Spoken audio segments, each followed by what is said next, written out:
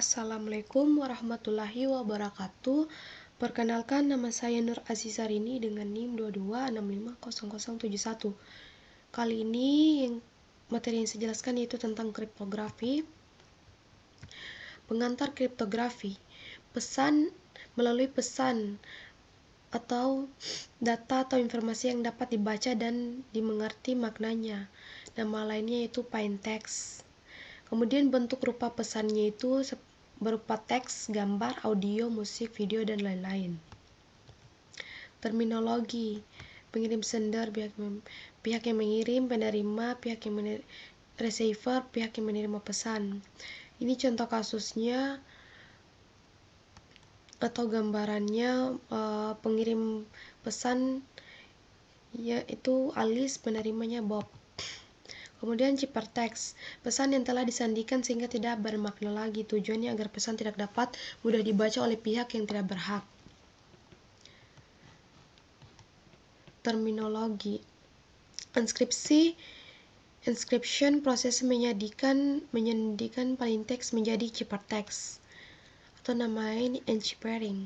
Deskripsi proses pengembalian ciphertext menjadi plaintext semula, yaitu namanya deciphering. Kemudian notasi matematisnya misalnya C yaitu ciphertext, P plaintext. Fungsi enskripsi, E memetakan P ke C. Ini contohnya. Kemudian lanjut kriptografi. Kata kriptografi berasal dari bahasa Yunani yaitu hidden atau secret, artinya secret writing, definisi lama. Kemudian ini encoding, phase decoding. Encoding yaitu transformasi dari plaintext menjadi kode, sedangkan decoding yaitu kebalikan dari encoding, yaitu transformasi kebalikan dari kode menjadi plaintext. Ini contohnya. Kemudian terminologi kunci key. Kunci atau parameter yang digunakan untuk transformasi enchiffering dan deciphering. Jika kekuatan kriptografi ditentukan dengan menjaga kerahasiaan algoritma, maka algoritma kriptografinya dinamakan algoritma restricted.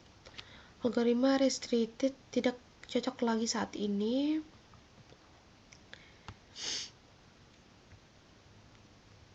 Kriptografi mengadakan masalah ini dengan menggunakan kunci.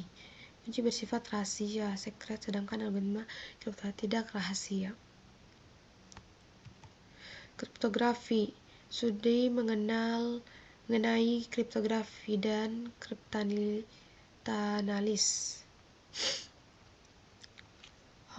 Persamaan kriptografi dan kriptanalis, keduanya sama-sama menerjemahkan ciphertext menjadi plaintext.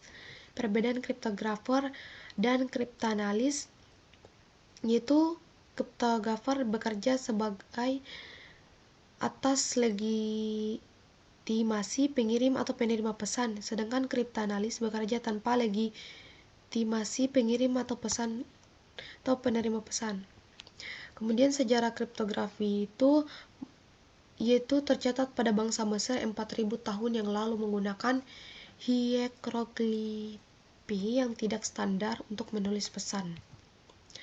Kemudian Perang Dunia Kedua, pemerintah Nazi Jerman membuat mesin enskripsi yang dinamakan Enigma. Enigma itu cipher berhasil dipecahkan oleh pihak sekutu. Keberhasilan memecahkan Enigma sering dikatakan sebagai faktor yang memperpendek Perang Dunia Kedua. Kriptografi kunci simetri key kriptografi atau kunci enkripsi.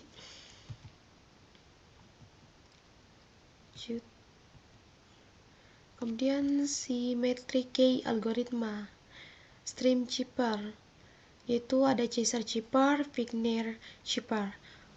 Sedangkan block cipher, data enkripsi standardes, triple data enkripsi standar, chaser cipher.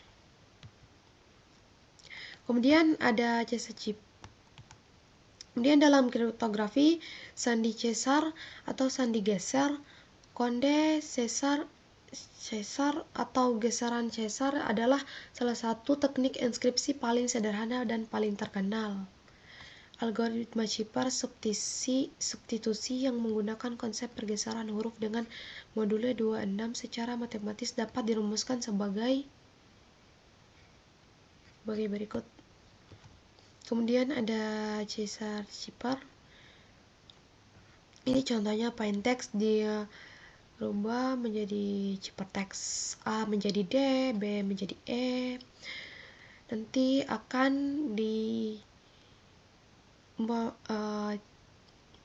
ini contoh plaintextnya akan berubah menjadi ciphertextnya.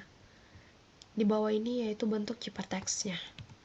Kemudian Wigner-Shepard adalah suatu algoritma kriptografi klasik yang ditemukan oleh Giovanni Battista Belaso. Beliau menulis metodenya yaitu pada buku yang berjudul La Citadelle Sic Giovanni Battista Belaso pada tahun 1553.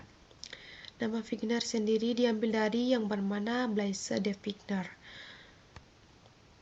Teknik ini menggunakan tabel bujur sangkat yang berisi kombinasi dari plaintext pada kolom.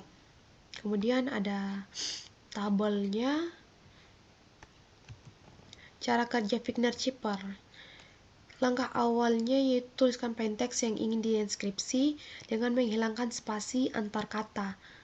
Contohnya plaintext, umpamanya ini plaintext itu belajar rekayasa internet.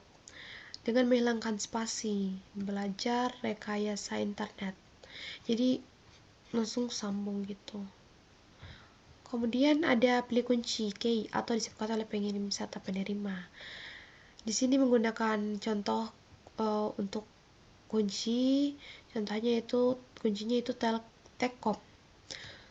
Kemudian cara penyusunan plaintext dan kuncinya.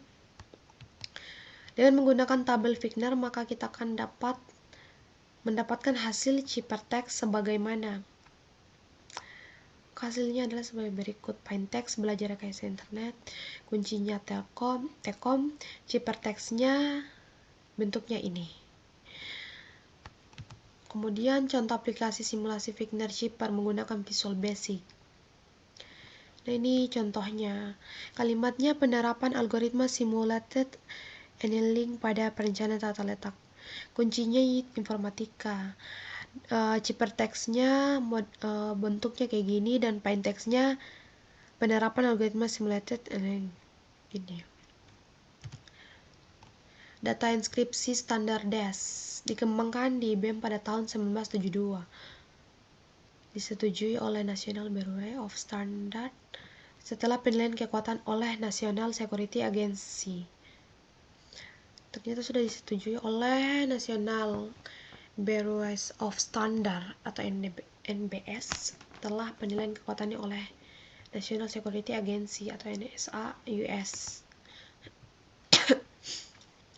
Setiap blok plaintext atau ciphertext diinskripsi dalam 16 putaran. Setiap putaran menggunakan kunci internal berbeda. Jadi ini mungkin agak sulit untuk diketahui karena itu 16 kali putaran itu kuncinya akan berubah-ubah lagi. Jadi mungkin kecil kemungkinan untuk dapat diketahui pada pihak yang tidak berwenang. Kemudian ada 64 bit plaintext. Ini contohnya. Pembangkitan kunci internal, primanti des, keamanan des. Keamanannya ditentukan oleh kunci. Nah, kayak tadi 16 kali putaran, contohnya tadi 16 kali putaran, maka kuncinya akan berubah. Jadi sulit untuk ditebak. Kemudian triple data encryption standar.